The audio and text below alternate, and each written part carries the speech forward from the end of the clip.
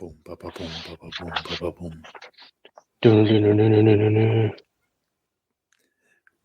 gotta get that intro music down, huh? We gotta figure something out about that. Get in the lab. Yo, Hey, what is going on, everybody? Welcome to another edition of Cave Sports. Shoot, we haven't had too many of these since 2023, huh? No, we haven't, but glad to be back. There's a lot to catch up on. Today we're going to be going through the NFL free agency, pretty big signings, people getting franchise tags. Also be talking about the World Baseball Classic. So give you a few updates on that, and then we're going to also dive a little bit into, what's the storytelling like in pro wrestling between the two big promotions. Yeah, for sure. Before we get started, though, I want to just remind everybody to check out latest and greatest from Cave. Go to our website, cave4v3.com. We got a bunch of merch up there. We got our blogs, recent podcasts, any and all the happenings that are going to be going on with Cave. So just be on the lookout for that. Hey, on to NFL free agency. So let's get rolling. Well, the first big name that recently came up is Alan Lazard, and which we'll dive into why. So he went from being a Packer, he's now a Jet, a New York Jet, and so he got a pretty big deal. I think a 4-year, $40 million deal, something like that, for 3 years. I'm not exactly sure, but he's getting paid now. That's for sure. And the reason why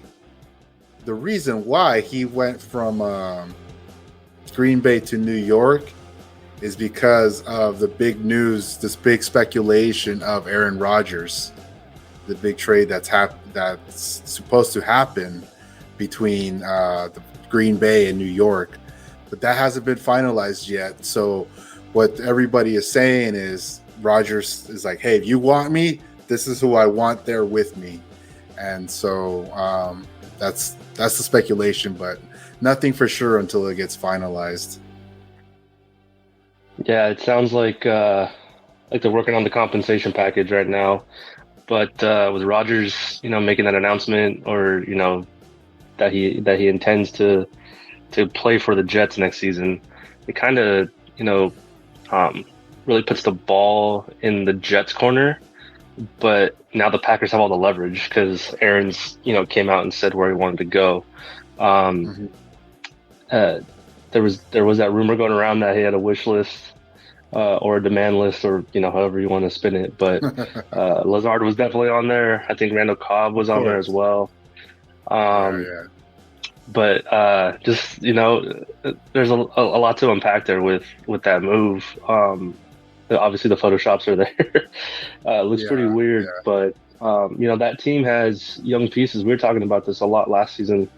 How really like the signal caller is what they were missing, and if they were able to get better play from the quarterback position, they have the young weapons, running back and wide receiver, that they could really make some noise. Top 5 defense, keeps them in games. So you really need that guy that has the experience and the poise under pressure to make the clutch throws, and to have those game-winning drives that kill clock. I think it's a perfect fit, to be honest. He gets to reunite, I believe, with Nathaniel Hackett. I think he's their OC Nathaniel now. Hackett's the offensive. Correct. Yeah, and that was the best. This is what Aaron said. He said it's the best coach he's ever played for, in terms of getting the most out of him. So, you get the familiarity with him, and the proven track record of what they did in Green Bay in their time together. That's a pretty massive move, and that just makes that NFC East, that much more competitive. And I think we're finally in the era. I know you and I both grew up in an era where the Patriots were the top dogs in the division, and the other 3 teams didn't even try. Patriots might be sitting dead last next season, and that's something that we thought we weren't going to see for a long time. But I mean, it's been a long time of them being on top. So I guess here we go. Well, Patriots got some good signings. We'll talk about that in a bit. But but just to add on just a little bit, Alan Lazar was even looked at by the Broncos. They were making a push by my very own favorite team, and so but they weren't able to get him. But I heard that they did make an offer, but it was I guess it just wasn't as sweet enough. No, I mean, he gets to go back with Aaron in an offense that he thrived into a couple years ago. So, but hey, on one more note, this is the second all-time great Packers quarterback to leave Green Bay for New York. Favre did the same thing a few years ago. So Favre did the same thing. And the parallels are pretty much there, and they're pretty accurate. It's very weird. All right. Yeah, no, that's exactly what happened. Moving on. So next big name we have is Lamar Jackson, which nothing has really happened with him other than getting the franchise tag. But deals, plenty of negotiations. No side really agreed to any dollar amount, pretty much a contract. And so it's a stalemate. So they just gave him the tag, and he's just going to make the amount based off that franchise tag, and that's it. So kind of lame to see that the negotiations aren't there, but I mean, money talks, but that also shows that he's willing to go wherever they pay him. He's not willing to stay in Baltimore for the rest of his career. I mean, I think he would have if they would have paid him what he thought he was worth or what he thinks he's worth. And that's always up for debate with these contract negotiations. No one really knows what someone's worth. You can only go based off of what other quarterbacks' resumes are and how much they're making, right? So Baltimore isn't really known to pay quarterbacks. They usually get by. I mean, Joe Flacco won him a Super Bowl, right? And they do a very good job of drafting and developing around the QB. Their defense is usually top notch.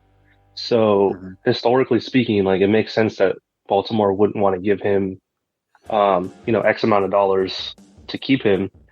But at the same time, I think trading him is the best route to go. It'd probably piss the fans off, but they could get a lot of draft capital for him. Maybe even get someone's young QB that hasn't panned out yet or has some potential, that maybe hasn't really developed yet. San Francisco. I think that there could be some options out there to trade Lamar Jackson and get a pretty good haul in return. Mm-hmm. I agree with that. I mean, he has value. He has enough value that he'll get enough. If Baltimore decides to trade him, that they'll get a lot of in return just for him. Yeah, I mean, we've seen the plays, we've seen the way he's played, we've seen the highlights. Something's there. He's got something. He could play quarterback in this league. Mm-hmm. He's got it. He's not up there like some guys, but he has the skills, he has the talent, and he could get the job done, but he hasn't really quite proven himself that much quite yet. Yeah, that's fair. Moving on.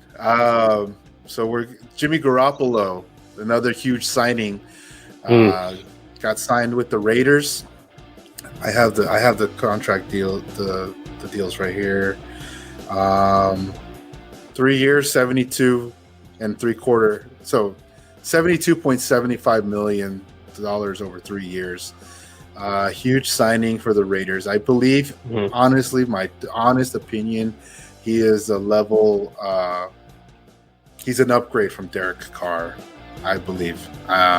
He has history with Josh McDaniels, having worked with him in New England. And so I think there's going to be a little bit of chemistry there, maybe some familiarity with his system as well. But him with now teamed up with Devontae Adams and Josh Jacobs, Hunter Renfro, and other talented receivers around him. I think it'll work out just like it was working out for him, kinda in San Francisco. But I think it's a better system for him. I definitely don't agree that it's a better system for him. However, I think it's the best place for him to go if he wasn't going to stay in San Francisco and get the keys to the castle in San Francisco. Because like you said, he's going to reunite with McDaniels and he has a bunch of weapons. In terms of being better than Derek Carr, I think whatever Derek Carr might be better at than Jimmy makes up with the intangibles. He's a better decision maker. He gets rid of the ball when he feels the pressure instead of taking a sack. Like I do think Derek has a better arm, like a stronger arm for sure.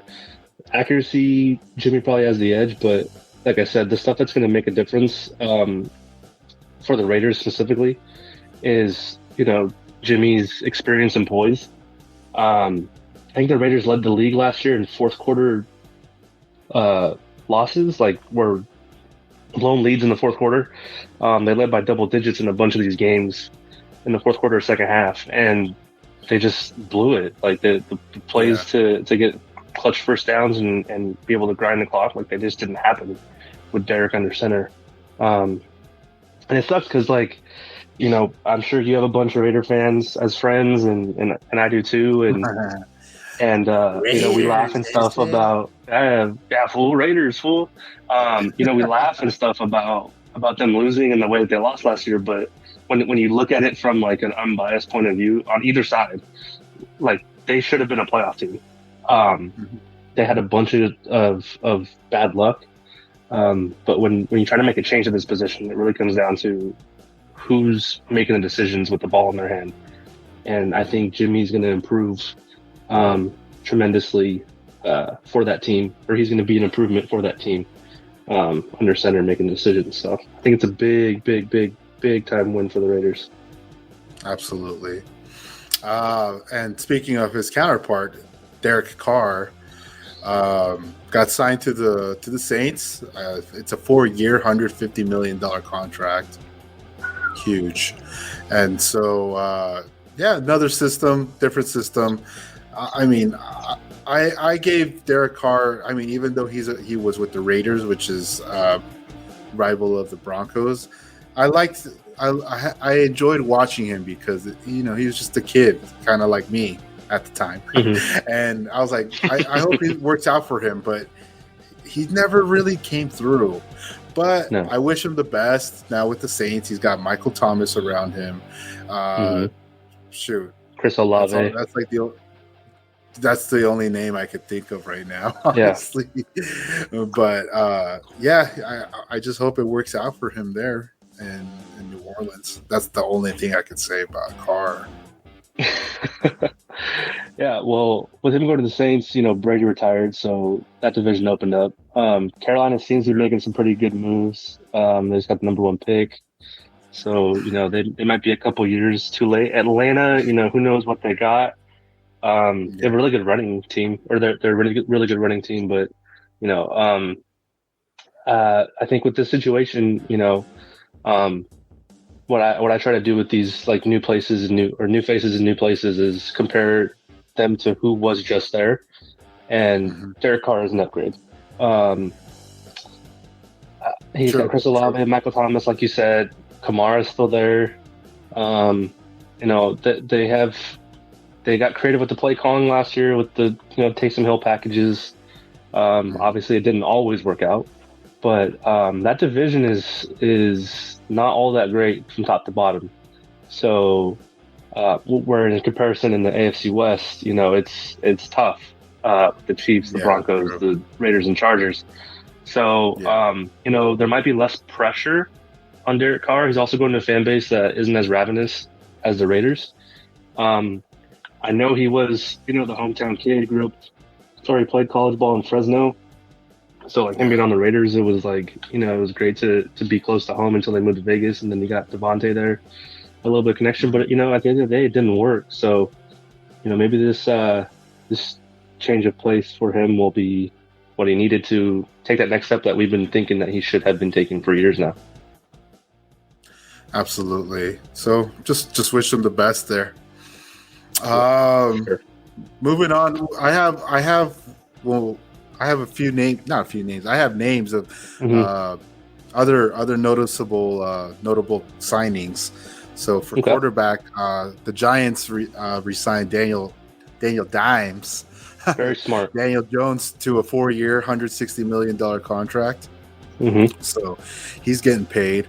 Another notable quarterback, Baker Mayfield, going to the Bucks.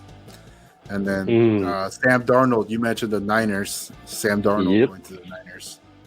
So, love that as a USC fan, but we'll see what happens there. Who knows what's going to happen with that quarterback position? There is a quarterback that's available that I think the 49ers should go after, Lamar Jackson. But I like Sam Darnold, so I'm glad to see him wearing the Niners colors. So don't know how much of a difference it's going to make yet, but Kyle Shanahan seems to know what to do with quarterbacks. So we just gotta have like 5 of them on the roster for any game, because that's brutal. The way that quarterback position went down last year. Yeah, man, absolutely. So here are the free agency of the running backs. So Austin Eckler, still with the Chargers, no deal, seeking trade. He's looking for that trade, so he wants out. Miles Sanders, he's with the Panthers now, 4 years, $25 million contract. David Montgomery went from the Bears, now with the Lions. He on a 3-year, $18 million. Saquon Barkley, he's not going anywhere. Negotiations fell through, got the tag. Franchise tag. Rojo, Ronald Jones, now with the Cowboys. Speaking of the Cowboys, though, Tony Pollard got the franchise tag, and Ezekiel Elliott is out. That's crazy. Right. So, I mean, back then it would have been Ezekiel Elliott getting the franchise tag, but not this year. So Zeke is out. Pollard got the tag, and Rojo looks like he'll be taking those third down snaps. Another running back getting the franchise tag is Josh Jacobs with the Raiders. Samaje Perine, he's now a Bronco. James Robinson, that's a steal, dude. That's a steal. I agree. Definitely will help out in the passing game right there. Yeah, and Peyton's gonna run the ball or pass the ball through him on passing downs. That's gonna be a nice check down option for Russ, especially if they treat him like Kamara. Yeah, that's big time move. I agree. James Robinson, now with the Patriots. So he went from he was with the Jags, I believe. Now with the Patriots. Yeah. And then Myles Gaskin, he's staying with the Dolphins, but the Dolphins, they also picked up Raheem Mostert and Jeff Wilson. So they brought over the 2 Niner running backs. They brought them back from last year. Those are all those moves make sense for the Dolphins. They're just going to run them by committee. And they're all familiar now with McDaniel down there. Absolutely. And Zeke, though, where do you think Zeke goes? Oh man, I haven't even gone that far to think about where which place needs a running back, but well, I mean, it's not necessarily which place needs a running back; it's which place wants to pay a 28, 29-year-old running back. That's true. Who appears to have his best days behind him, but I think something's still there. I hope he finds a good spot though. He will. Sounds like there might be an opening in Philly? Chargers. Oh, I don't know about that. So to go back to Austin Eckler, I read or I saw something yesterday that said that he wants to come back at the right contract, and then something came out today that was like he wants to be he wants to be paid twice as much as he's making now. I don't know how much that is.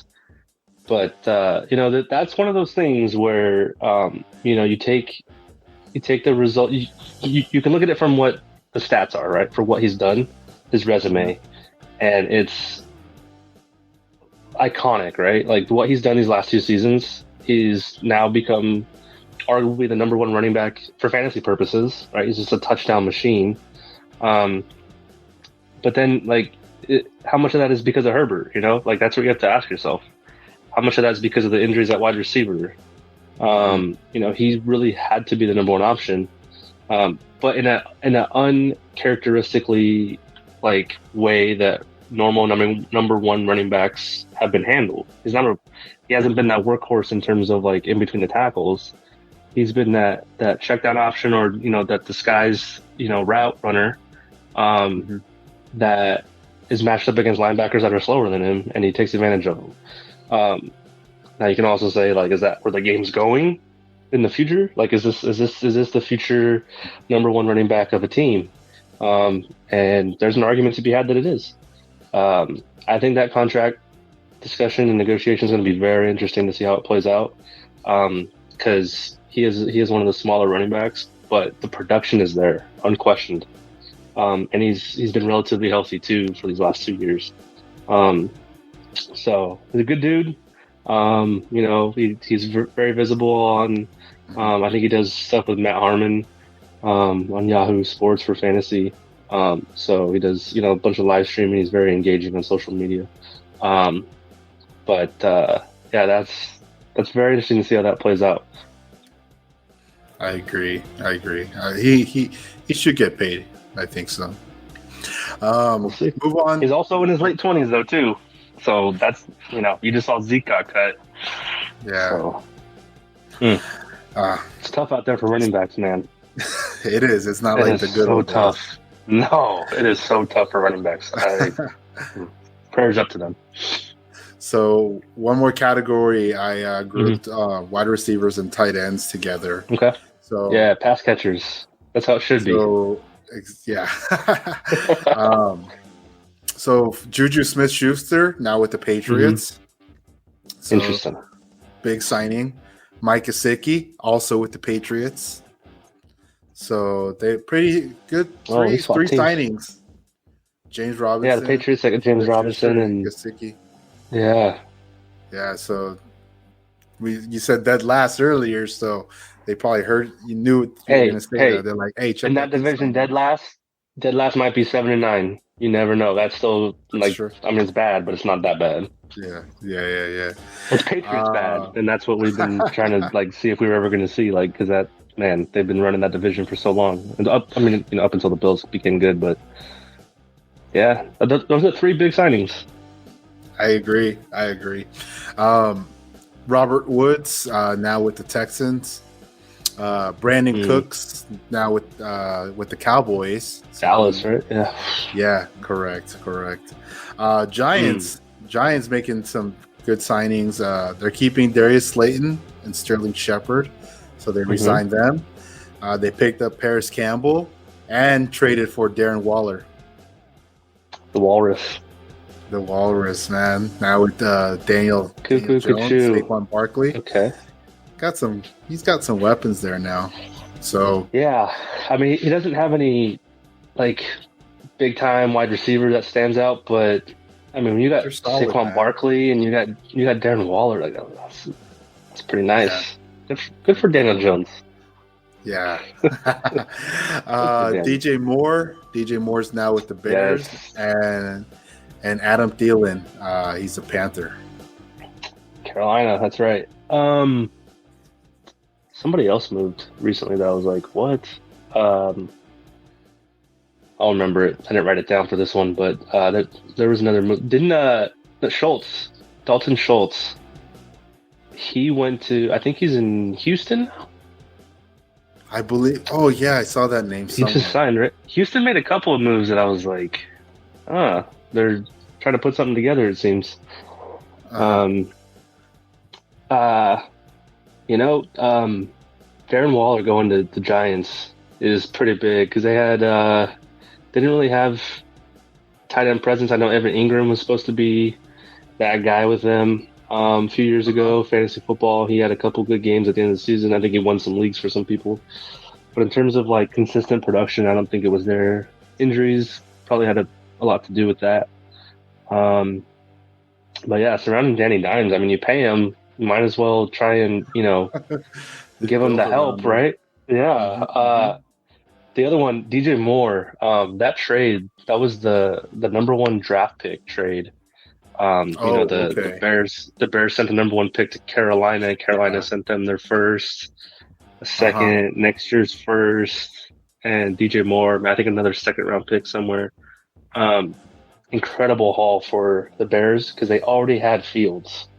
So they weren't Okay. going to go quarterback number one. You're not going to bail on him. I think there was a I don't know who facilitated the narrative on like, oh, the Bears might want to move on from Justin Fields, but it ended up working out for the Bears in my opinion because they got an absolute haul for that number one pick, and they weren't even going to go Oh, quarterback.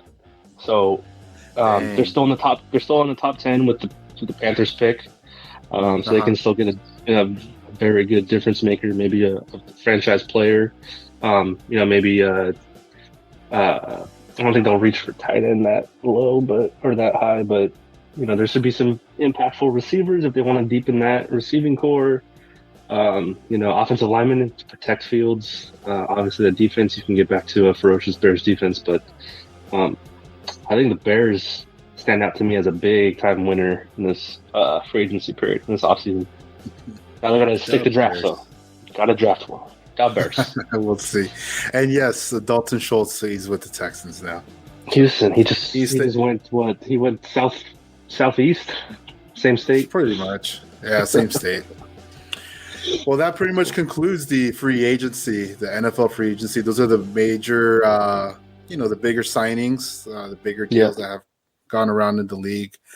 But let's move on to what's next. World Baseball Classic. Tell me about that because I don't know anything. Oh, you weren't watching, huh? I had to sit here and watch the World Cup to keep up with you. You didn't watch the World Baseball. Chihuahua. No, I'm just kidding. Ah! Um, Dude, World Baseball Classic just ended tonight, like what, half an hour, 45 minutes before we jumped on here. Um, you know, this tournament this year, I thought 2017 was the best one that we've had. Man, this year just blew that one out of the water. The graphic here, you get I like the hats this year for these teams, but it also lays out who was in what pool. Um, I had a bunch of qualifiers last year. This tournament was supposed to happen a couple years ago, but COVID messed up everybody's plans, so Mhm. we got it this year. And the pool play was fun. It was nice to like turn on Fox Sports at like 8 p.m. and get a game. You see like Netherlands versus Australia or something, playing halfway across the world, and then you wake up and you hear what Shohei did at 2 a.m. In the Tokyo Dome, and that was Shohei Ohtani's first time back in Japan since he signed with the Angels. So Dang. he was MVP of the tournament. I know he's MVP of the finals tonight. Spoiler alert. But the pool play was awesome. We got some pretty sweet games throughout the pool play. It led to the top two teams of the four pools advanced to the knockout rounds. You had Japan against who was it? Oh, I can't see this. Mexico? Japan against Mexico. No, Japan against Italy. That was not very close. It was close for a few innings, and then Japan pulled away. Mexico played Puerto Rico. That was a unbelievable game. The atmospheres at these like stadiums, dude, was World Cup like. It was Wow. amazing. You had all the horns. You had just like the incredible like dream matchups that we don't see, with Yeah. teammates who play together in the MLB, but here they are on opposite ends. Mhm. I'll get way more into that later. All right. But the atmospheres for these games were electric. Miami probably had the best ones out of all the four sites. On the other side of the pool, though, you had Australia against Cuba, and then the U.S. faced Venezuela. That U.S. Venezuela game, just to quickly summarize it, I thought Venezuela was gonna. I thought we were headed for Venezuela versus Japan, just the way the pool play, was laid out. Those looked like the two most dominant teams. They cruised their way through the pool play. But Venezuela took a lead and carried it. And I think top of the 8th inning, USA was up, bases loaded, down by 2. Trey Turner hits a grand slam. Yeah, completely shifted the entire rest of the tournament after that.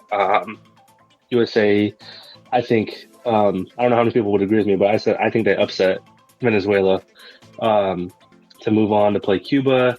Mexico got past Puerto Rico. Japan, like I said, beat Italy. And then, Saturday was Cuba against U.S. Just domination by the U.S. from pretty much start to finish. Cuba had a very, very good chance early. Sunday. They had a very good chance early. They had bases loaded, no outs, only got 1 run scored. And then the momentum shifted with that, the end of that inning.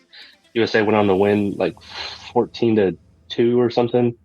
And on the other side, last night, Mexico played Japan, and Mexico dominated that game. Like, it was 3-0 till the 7th inning. Japan hits a game-tying 3-run home run.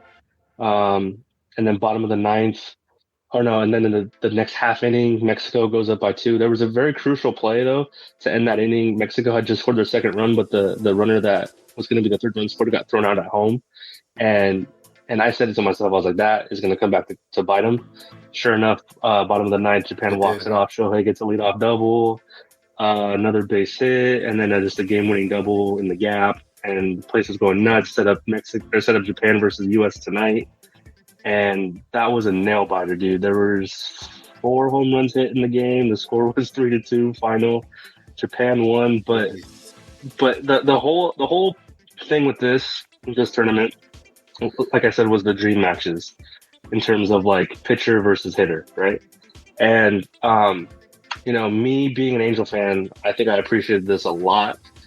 For the simple fact that a lot of the Angels players that showed up to this tournament and played for their nations, they balled out in this tournament, which was awesome because Angels get a lot of slack for wasting Trout, wasting Ohtani. Now you got Trout and Ohtani in the same team, can't make the playoffs, yada, yada, yada. They have no pitching. Well, the Angels pitchers fucking balled out in this tournament. The Angels players that were here, they showed out.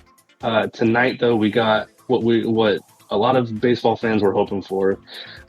We saw U.S. and Japan were going to be on opposite sides of the bracket. So if they were going to meet, who's going to be in the final? The way the pitching, rotations worked out, we knew we weren't going to see Shohei starting on the mound in the final. But maybe, we might get a chance to see Shohei at the bullpen. But wouldn't that be sick if he faces Mike Trout? Well, he faced Mike Trout. There were 2 outs in the bottom of the 9th. The USA was down by 1. The leadoff runner for the U.S., McNeil, got on base. He got walked. And then Mookie Betts got on double play. So it's like down to the final out. Trout's up against Shohei. And it was an epic matchup. We get I'm glad we got video.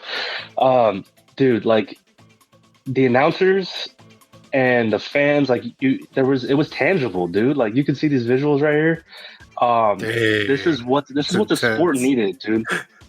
For everyone that says baseball is boring and everyone that wants to talk crap about baseball and joke about baseball, this is what the sport needed, because it was just an epic matchup. The 2 of the best players are going to be the 2 best players on the planet going against each other in the championship or the gold medal game. And Ohtani just shoved, dude. He went right at Trout, dared him to hit the fastball. Trout couldn't catch up to it and hits him with the slider to win the World Baseball Classic, dude. The 2 teammates going at it at the final. Yes. Yeah. Wow. Everyone has said, oh man, wouldn't it be great to see what happens if Trout and Shohei were in meaningful games or were in championship games? Like, what do you think would happen? Well, they both were, but they were on opposite ends. And it was like, because the whole talk, like for these last few years, was who would win in a matchup, Trout or Shohei? And no one thought we were going to see it. And tonight we saw it, and it was unbelievable, dude. Like I was sitting there. That's why we started late tonight, to be honest with you. I was sitting there like just in disbelief. Like, what did I just watch? because baseball is my favorite sport, and just to see that matchup and how it turned out and the result, and like Shohei never really shows emotion. He was lit after that. He threw his glove.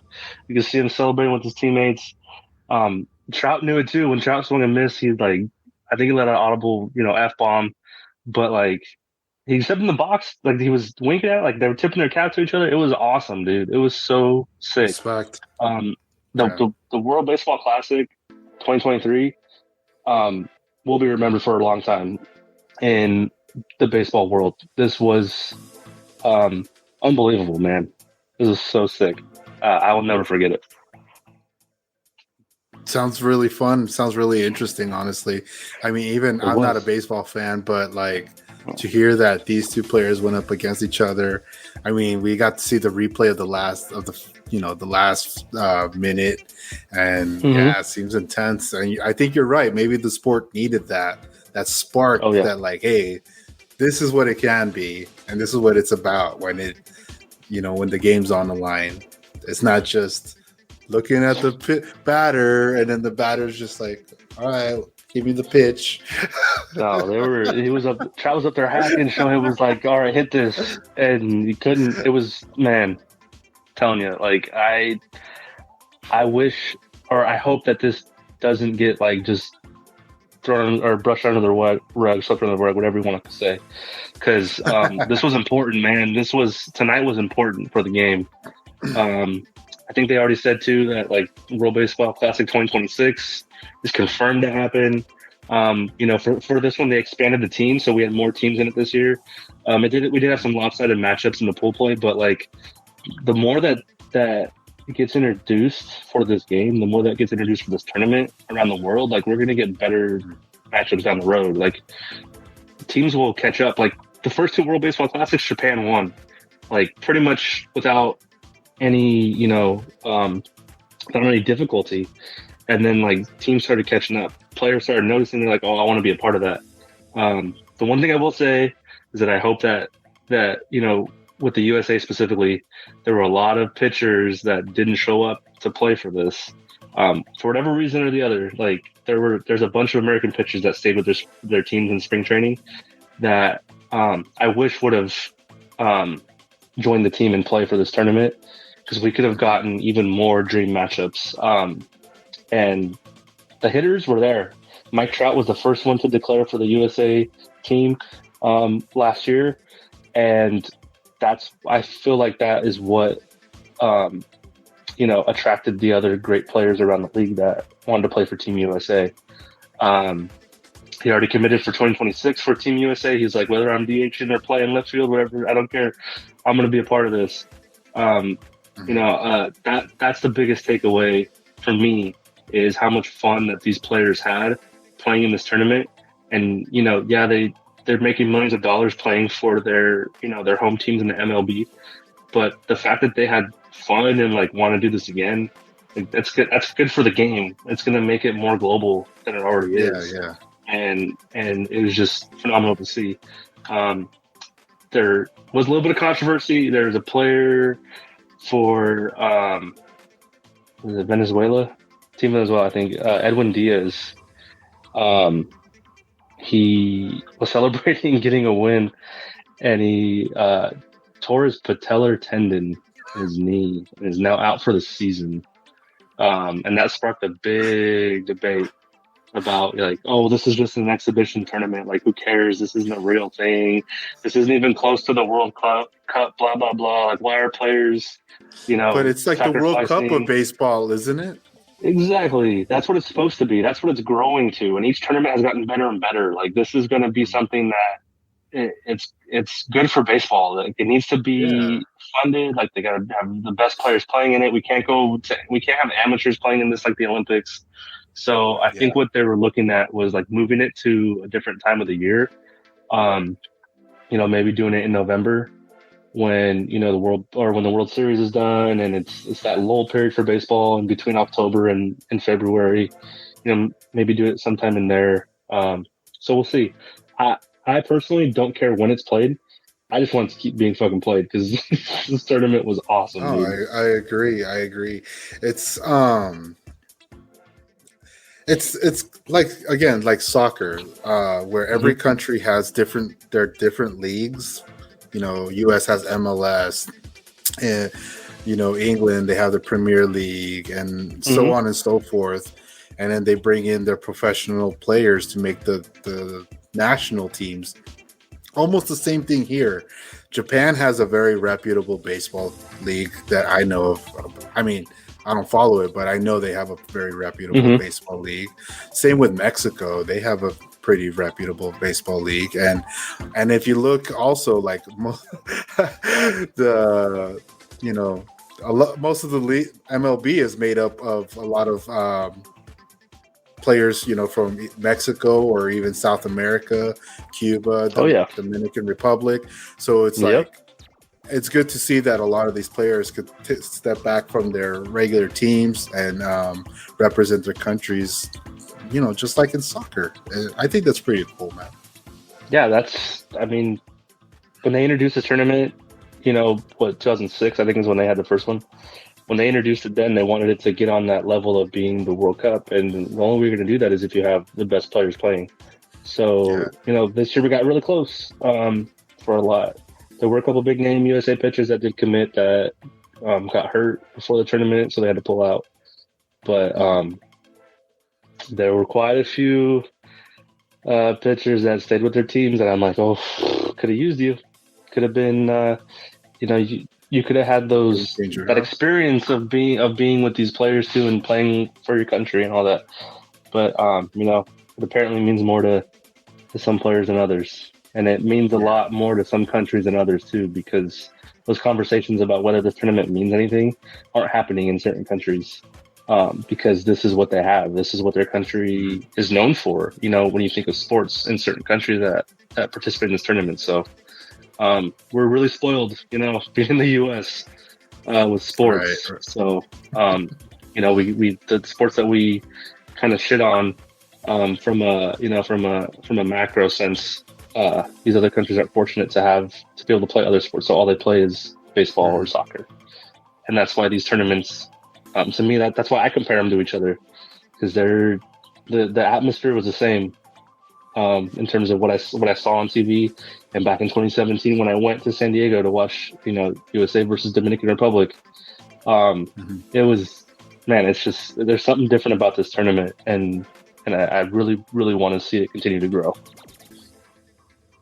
Well, hopefully it does.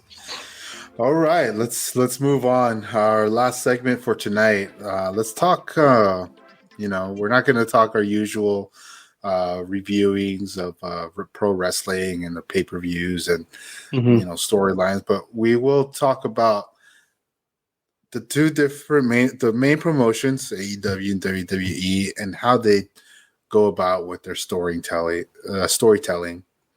The creative side of things, not so much what happens in the ring, but the promoting and everything that goes outside that builds up to that big match.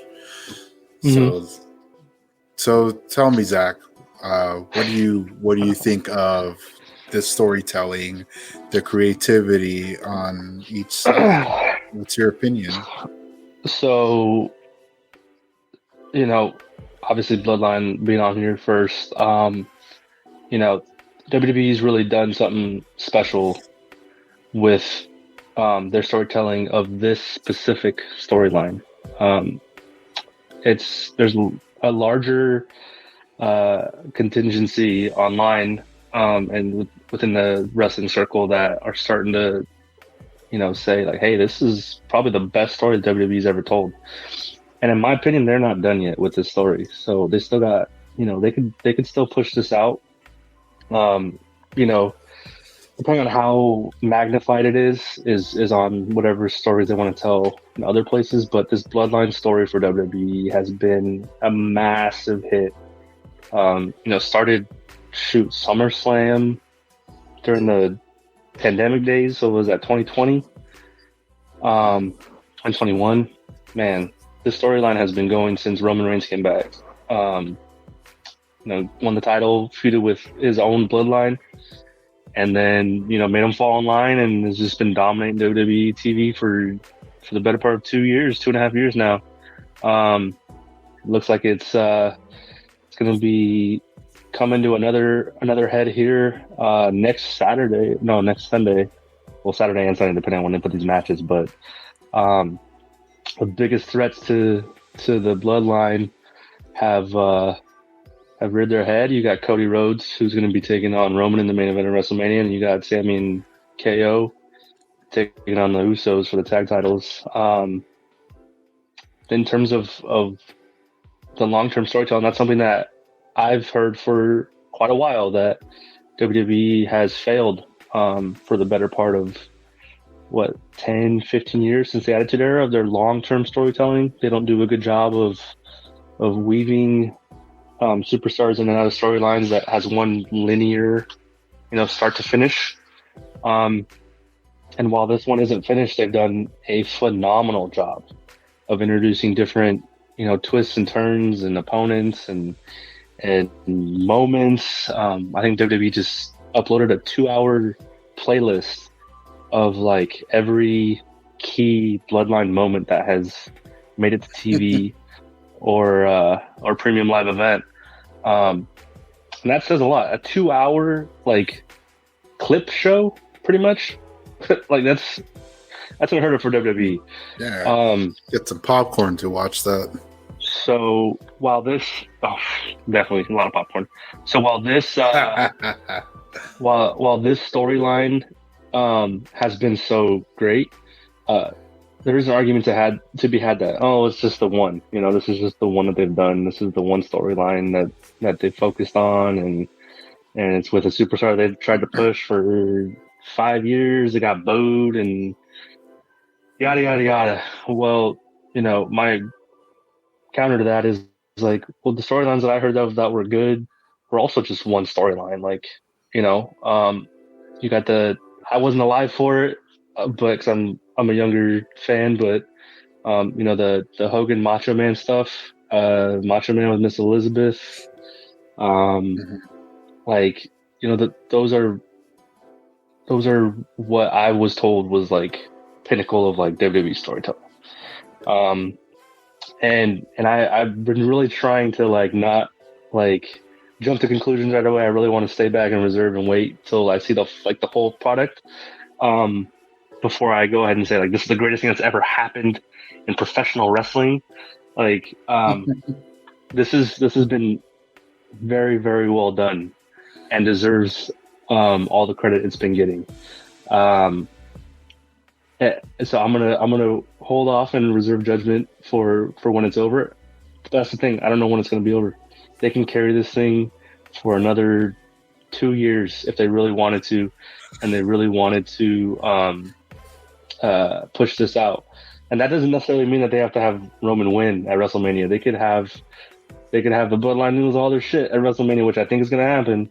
And then you go into another layer of the story of like, well, what now? Like, we don't have anything anymore. So what do we do? I've been teasing my son, though. I've been teasing my son for the last week. Like, I would not be surprised if we're walking out of SoFi and Roman's still champ. And he's like, no, like, Cody's got to finish the story. He's got to finish the story. I'm like, hey, the story could be never ending. That's the best part about pro wrestling. And that's what is so important about storytelling is to a lot of people, like you said, like, in-ring product is one thing.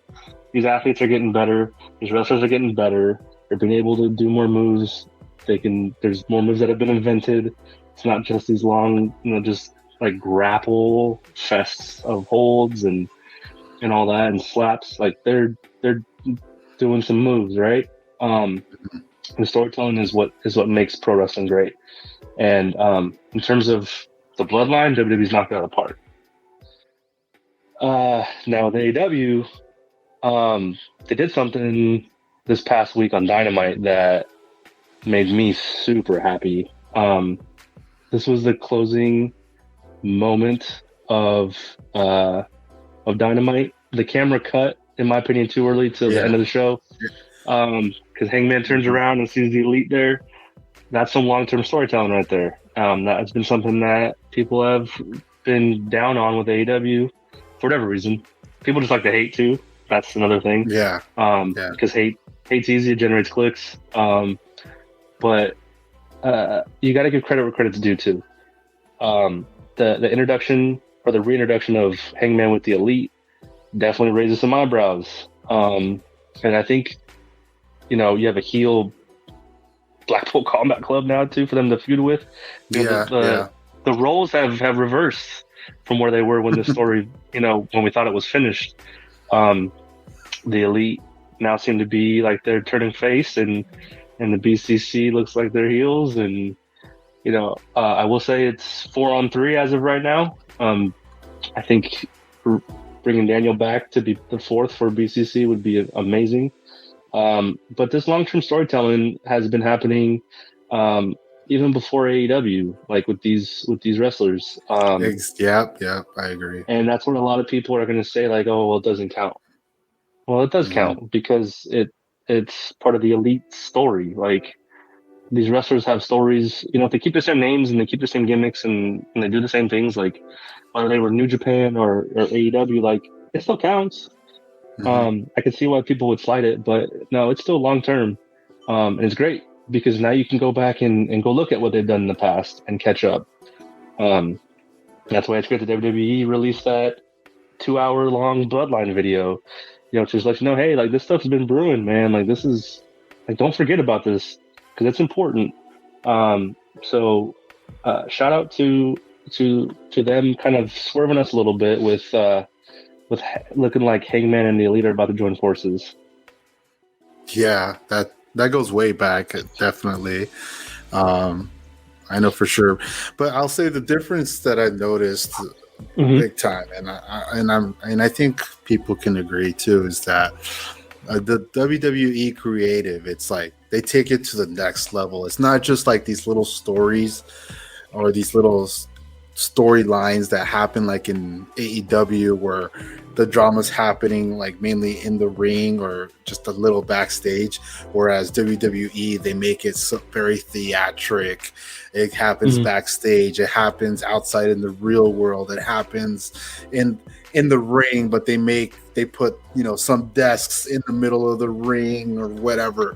WWE takes it next level, which some people could like and some don't, where they think it's just too much, and that's where I think AEW, in my opinion, thrives, where it's like we want to keep the story simple, just go with it, and what they deliver the most is what you mentioned earlier, where it's about the wrestling. They're more about displaying their athleticism in the ring, the moves, the spins, the jumps, that kind of stuff, because I think that's the kind of product that AEW delivers as compared to with WWE, where you just see a lot of the just the stories.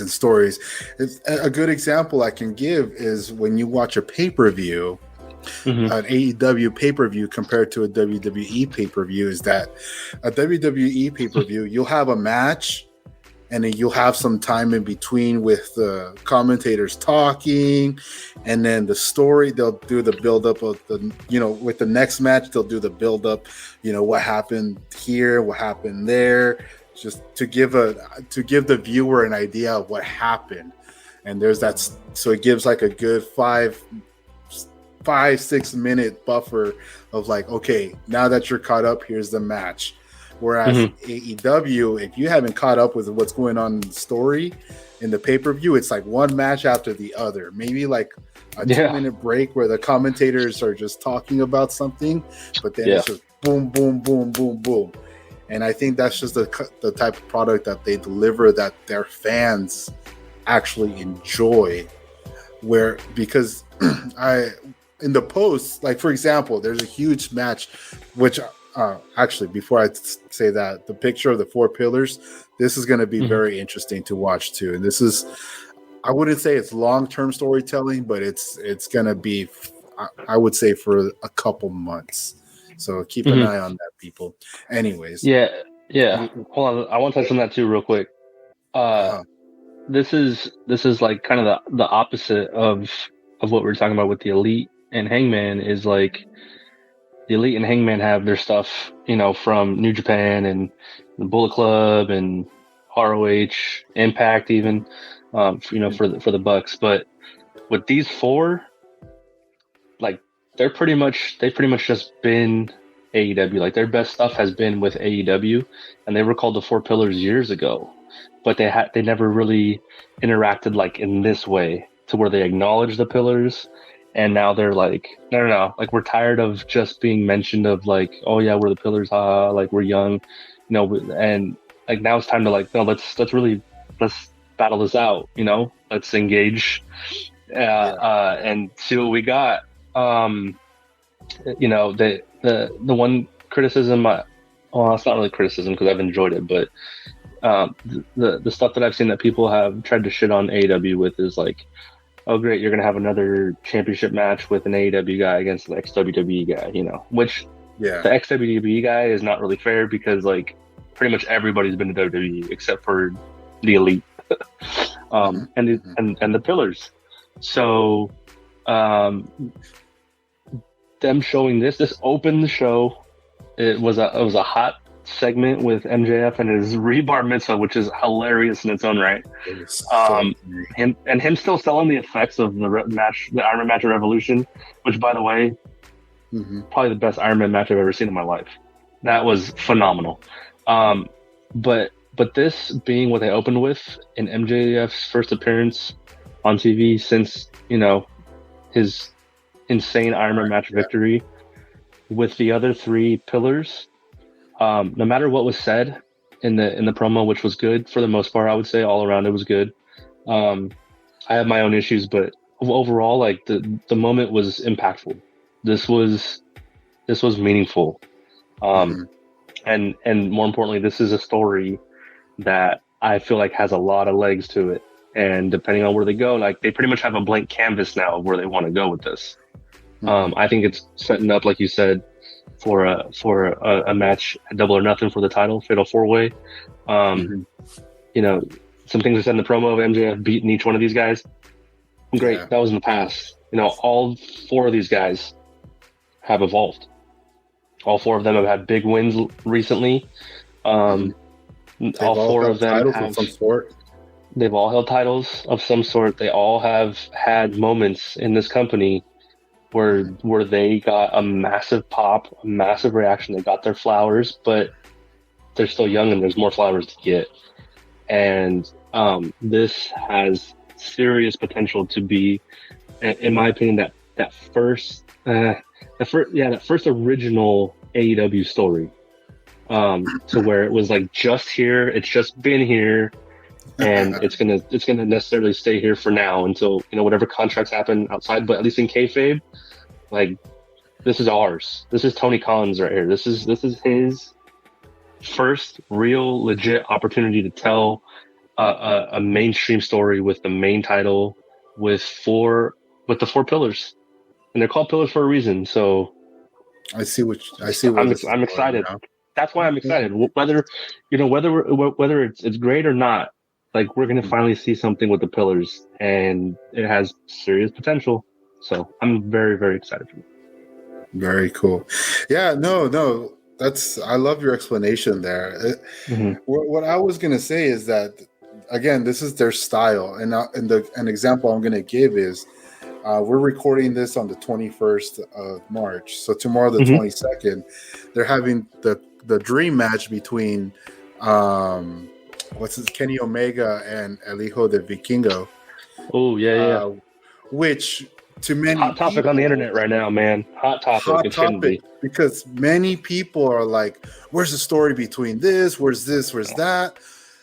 You have the people that are like, "Yo, I don't care if there's a story," and you have the people that care that they want the story, and then you have the people that like, "Yo, there is a story." Where it's based in AAA wrestling down in Mexico, where I guess they were supposed to have a match, but I guess that's when Kenny got injured. The match never happened, so now it's finally happening. But just nothing's on the line now. That's the difference. But That's just one example. And to me, it's like, dude, I don't care. I just know these two guys are like top-notch athletes in the ring. I just want to see what they do in the ring together. I want to see their chemistry. Yeah. I don't know much about it. That's fine. I just know that these two are insane. It's kind of, they say it's going to be better than watching Will Ospreay versus Kenny Omega. This is. I don't know about that. Like, not that it might, there.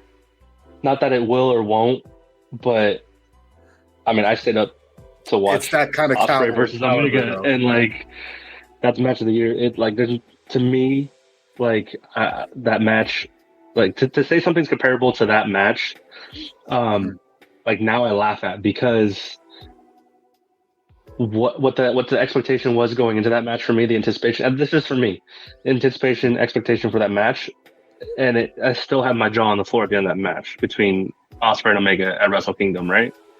Mm-hmm. And even all the great stuff that WWE has going on right now, all the great matches that I'm excited for, which is a lot of them for WrestleMania, which is it's a welcomed thing that I get to say now, is that like since Triple H took over, like they've done a really good job building a lot of these matches for WrestleMania. Whereas in years past, I'm like, okay, well, I mean, it'll be great because it's WrestleMania. Even with all the great stuff that WrestleMania has going on, I still am like, nothing's going to top that match, because that's how good that match was, right? So I like that people go there, but even though I say like it's not going to top it, like that doesn't mean that if I see something great, I'm not going to acknowledge it. But it's just like I laugh at that, because it's like it's hard to say. Like, that's match of the year, and that happened in January. Happened January 3rd? It just happened. I guarantee you, on any wrestling like rating system or end of the year awards, like everyone's trying to chase this match and trying to top this match. And but what made this also great though too is the story that they had. And to say that like something with no story is going to be topping this match is, I think it's crazy personally. But the in-ring ability of both these guys, of both Omega and Vikingo, man, we could see something special, and it's on free TV. It's on TNT. The sweet plug for AEW, but it's happening tomorrow. But I get where people are saying that, like, where's the story? They're asking, where's the story? Like, how can you call this a dream match when no one knows who Vikingo is? A lot of people still don't really know who Kenny Omega is, if we're being honest. But because it's not for them, and AEW is not for everybody. Not that they don't make content for everybody, but just the way that it's digested by people. Like, this isn't like they're banking on their in-ring product attracting casuals, which is kind of hard to do with pro wrestling, right? That's where WWE made their bread and butter with casuals, is because they were able to bring in celebrities. Like, they haven't done celebrity matches in AEW in a long time, right? Well, what was the last celebrity match? Was it? I don't think it was Shaq. Was it Shaq? That was forever ago, right? Because while it was cool and everything, that's not them. That's not AEW. AEW is a pro wrestling company, and AEW is an entertainment company, right? And this match doesn't need the story. Like, the wrestling is going to be the story. Like, you're going to tune in. If you're a hardcore fan, you're going to tune in. If you're a hardcore fan, you're telling people, hey, tune into this shit.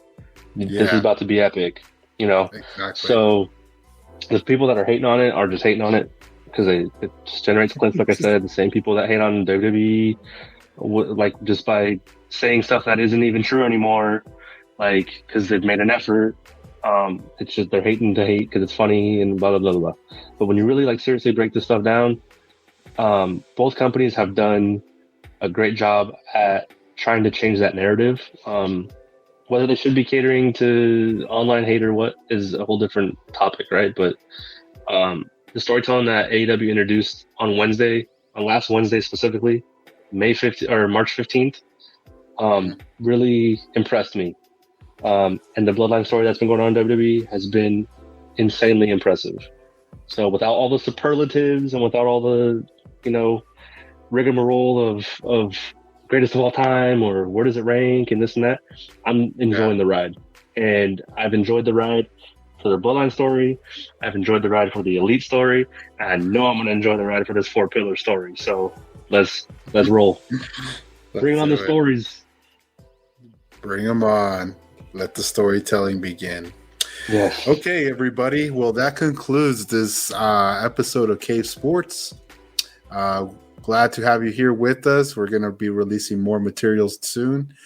Don't forget to check us out at our website, cave.com. We got some merch. We have a very good podcast that we've had with very good guests and vlogs. So yeah, don't forget to check us out also on YouTube, Instagram, Facebook. We're all over. Check us out. Support us if you like. And we'll catch you next time here at Cave Sports. So, see ya. It may not look like it, but I'm a little rusty this time. Catch us on Twitch. We might be streaming tonight. Yeah.